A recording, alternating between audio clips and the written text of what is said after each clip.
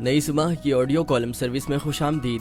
روزنامہ جنگ سے کالم پیش ہے بھارتی بالادستی کا چکناچور خواب۔ کالم نگار ہیں ڈاکٹر وجاہت منصوری اور آواز ہے احسن اقبال کی۔ اگر آپ بھی نئی صبح کی آڈیو لائبریری سے مستفید ہونا چاہتے ہیں یا پھر ہمارے ساتھ والنٹیئر کرنا چاہتے ہیں تو وزٹ کیجیے ہماری ویب سائٹ www.naisubah.org naisubah.org۔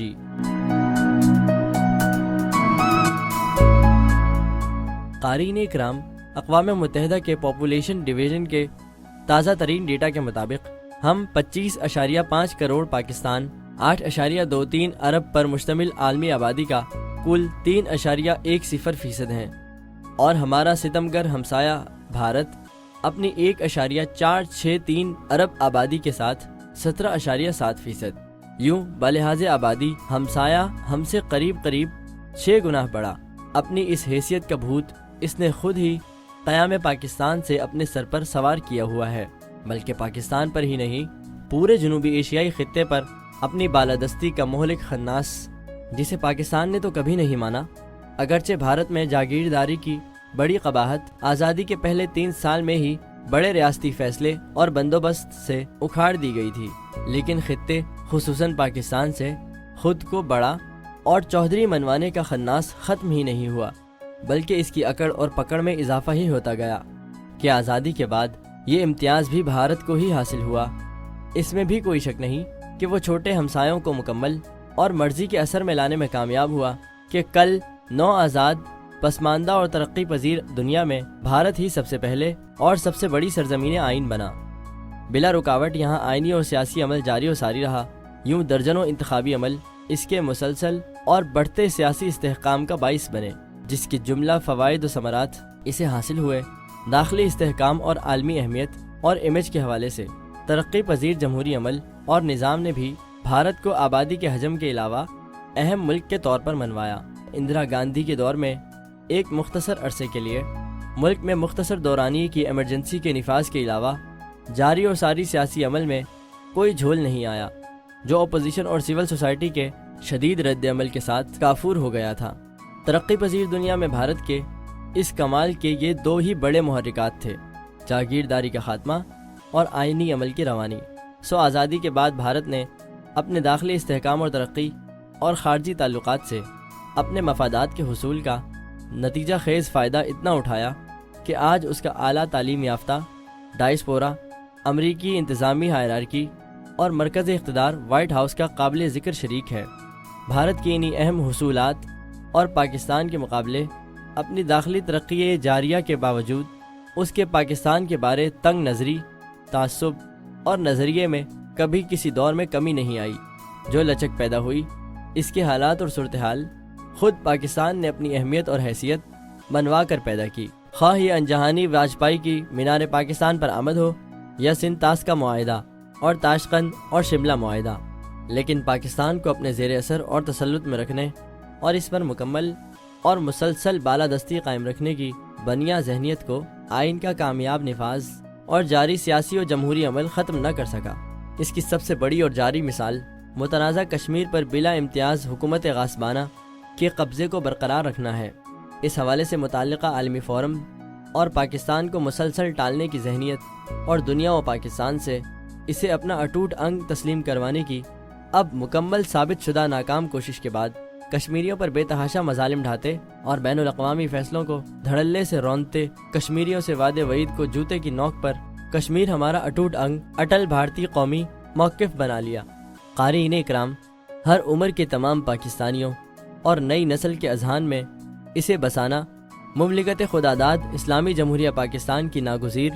اور اولین قومی ضرورت ہے کہ ہم سب اپنی اس اساس اور بنیادی قومی ضروریت کو مسئلہ کشمیر کے حتمی حل تک برقرار رکھیں۔ اقوام متحدہ کی قراردادوں کے مطابق اس کے پرامن اور پائیدار حل کشمیریوں کو پاکستان کے ساتھ یا بھارت کے سوال پر رائے شماری سے ان کو حق کے خود ارادیت دلانا خود کشمیریوں کے حق برابر جتنا پاکستان کے لیے ناگزیر ہے۔ کشمیر ہر لحاظ سے قدرتی و فطری، تاریخی اور سیاسی فیصلوں، پاک بھارت مشترکہ اور عالم کے مطابق سرزمین و نام کے حوالے سے بھی لازمی جزو اور ہماری سلامتی اور پرامن قومی زندگی کی جاری اور ساری رہنے کا ناگزیر تقاضا ہے۔ اس کی اسی حیثیت کو بانی پاکستان حضرت قائد اعظم محمد علی جناح رحمۃ اللہ علیہ نے کشمیر پاکستان کی شاہرگ کا بیانیہ قوم کو دیا اور مملکت بنتے ہی دنیا پر واضح کیا تھا۔ اگر یہ بیانیہ پاکستانیوں کے ایمان کی حد تک یقین و عزم میں نہ ڈھلتا تو یقیناً پاکستان آج بھوٹان، حسینہ واجد کے بنگلہ دیش اور شاہی نیپالی حکومت کی طرح زیر دست و اثر ہوتا، جو کبھی ہوا نہ ہوگا۔ اب تو بھارت اپنی خیر منائے، حالیہ اور کسی حد تک جاری جنگ و کشیدگی میں پاکستان نے اپنی بالادستی خطے پر تو نہیں کہ پاکستان کی یہ ذہنیت ہی نہیں، البتہ بھارت پر قائم کر دی ہے۔ خطہ تو افغانستان کے سوا مودی سے پہلے ہی نالا ہے۔ سیاسی ابلاغ و سفارتکاری سے لے کر media and communication front, war strategy اور پلاننگ سے لے کر ڈرون اسٹرائک اینڈ ڈیفنس تک، ماؤنٹین وار سے لے کر راکٹ اسٹرائکس تک، اور سب سے بڑھ کر سائبر اور الیکٹرانک وارفیئر سے لے کر سائیکولوجیکل وارفیئر تک، ایل او سی پر بری فوج کی ماؤنٹین وار میں زبردست کامیابی، رافیل اور S-400 کی تباہی تک بھارتی بالادستی کا غرور و تکبر خاک میں مل گیا ہے۔ اس کے رویے اور ایکشنز کو ناکام بنانے کی طویل مزاحمت کے بعد پاکستان نے 5 دن کی جنگ میں ہی بالادستی کے 76 سالہ بھارتی خواب کو بھی چکنا چور کر دیا ہے۔ بھارت ہی نہیں، پوری دنیا میں پاک فضائیہ کی مہارت اور پروفیشنلز کی بھارت کے مقابلے کئی گنا برتری اور بحیثیت مجموعی 6 گنا بڑے دشمن کے مقابلے 5th جنریشن وار میں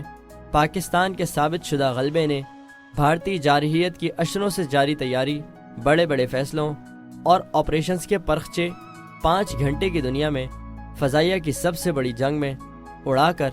بھارتی سرزمین پر بکھیر دیے۔ ابھی تک بھارت نے اپنی جارحیت میں بحری سرحدوں کا رخ نہیں کیا۔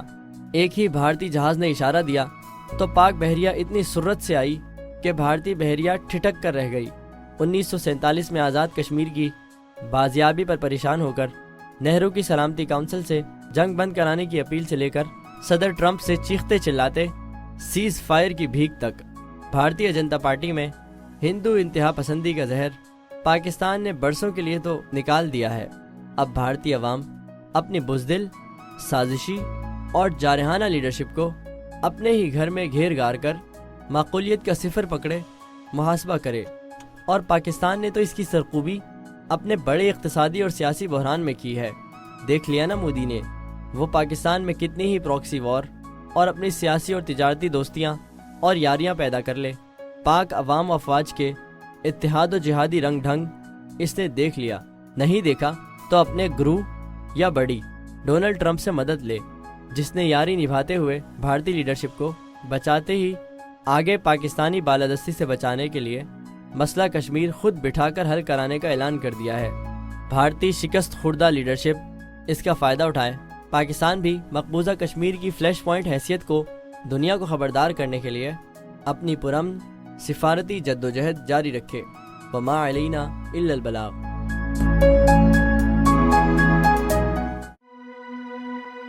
یہ معلوماتی مواد نئی صبح کی جانب سے پیش کیا گیا۔ اپنی آراء کے اظہار کے لیے کامنٹ کیجیے یا ڈسکرپشن میں دیے گئے رابطے کے ذرائع استعمال کیجیے۔